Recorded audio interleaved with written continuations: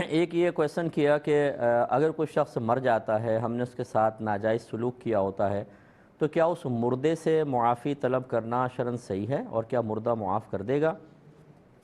دیکھیں، مردہ اگر معاف کر دے یا نہیں کر دے اس کا تو ہمیں پتہ ہی نہیں چلے گا، خالی مردے کو سامنے رکھ کے اس سے معافیاں مانگ لیں، یہ ہمارا غلط رویہ اور غلط طریقہ ہے۔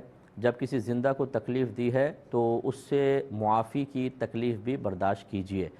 یہ جو ہمارے ہاں ایک بدعت ایجاد ہو گئی ہے، اور یہ پتہ نہیں کس نے ایجاد کی، اللہ تعالیٰ اس پر رحمت نازل فرمائے، کہ جی شعبان سے پہلے ایک دوسرے سے معافیاں طلب کر لو، لیکن معافی کا صحیح طریقہ نہیں بتایا گیا، یا بتایا جاتا ہے تو لوگ قبول نہیں کرتے ہیں، سنتے نہیں ہیں کہ مطلب سامنے جا کے معافی مانگو، یہ نہیں کہ ایک میسیج پہ میں نے جو کچھ کیا سب معاف کر دیں۔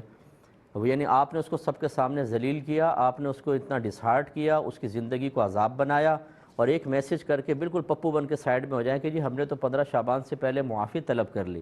ایسے معافی نہیں ہوتی، آپ کو جا کے ہاتھ جوڑ کر پاؤں پکڑ کر اس سے معافی مانگنی پڑے گی، اور اس کو اختیار ہے، اگر وہ معاف کرے بہت اچھی بات ہے، نہیں کرے تو میدان محشر میں پکڑے گا۔ تو اس لیے یہ طریقہ کار غلط ہے۔ اسی طرح آپ زندگی میں تو معافی نہیں طلب کی، جیسے ماں باپ کو ناراض کر کے بیٹھے ہوئے ہیں، اب ماں باپ فوت ہو گئے تو آ کے مردے سے کہہ رہے ہیں امی معاف کر دیجیے گا مجھے۔ یعنی پہلے ناک اتنی اونچی تھی، انانیت اتنی زیادہ تھی کہ ماں باپ کے سامنے جھکتے ہوئے بھی تکلیف ہو رہی تھی، اور جب وہ فوت ہو گئے تو فوراً آ کے معافی مانگ رہے ہیں۔ ایسے کوئی معافی نہیں ہوگی، اب میدان محشر ہے۔ دا ڈے آف ججمنٹ رکھا ہی اسی لیے ہے کہ اب آپ کو سامنے کھڑا کیا جائے گا، اور اگر آپ نے کوئی ظلم کیا تھا تو اللہ تعالیٰ مظلوم کے سامنے آپ کے ظلم کو رکھے گا۔ اب اگر وہ معاف کرے گا تو ٹھیک، ورنہ سزا کے مستحق ہوں گے۔ اب یہ مردوں سے معافی کا شرعی طور پہ کوئی تصور نہیں ہے۔ یہ کہتے ہیں کہ کیا